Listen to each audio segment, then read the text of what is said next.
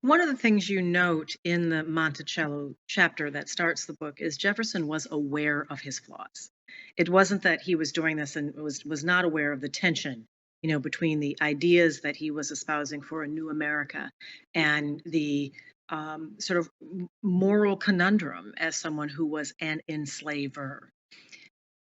Monticello also seems to be aware of its flaws in trying to tell its story. It very much is a work in progress. Do you have a sense now that you spent time there, that you talk to people who work there, that you talk to people who are visiting there, where it might land in telling this story and how that might help lead America's reckoning in grappling with this story?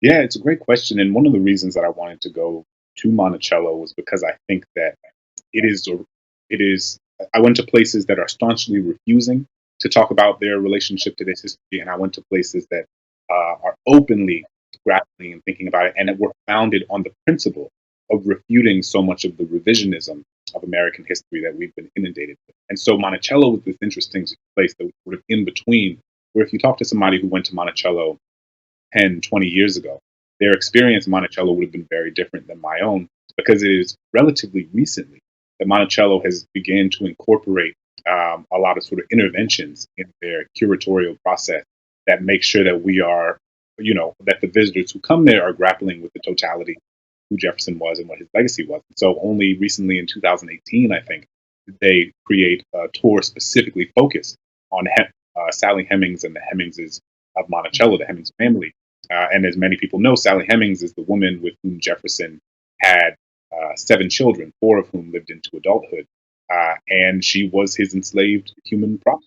And we cannot understand that relationship to the extent that it can even be called a relationship as anything other than something that was uh, animated and shaped by the fact that he was her enslaver and she was the enslaved. And so part of what Monticello is doing now is saying this place, as much as it belongs to Jefferson, does not just belong to Jefferson, and in more ways it belongs to the enslaved families. Again, the Fawcett's, Grangers, Hemingses, and so many others who lived on this land in many ways for a longer period of time than Jefferson did. Jefferson was away in D.C., Philadelphia, Paris, New York for extended periods of time, and it is the black enslaved families who lived on this land over the course of generations, who built that land, who cultivated that land, who made it what it was, who made everything that Jefferson did possible.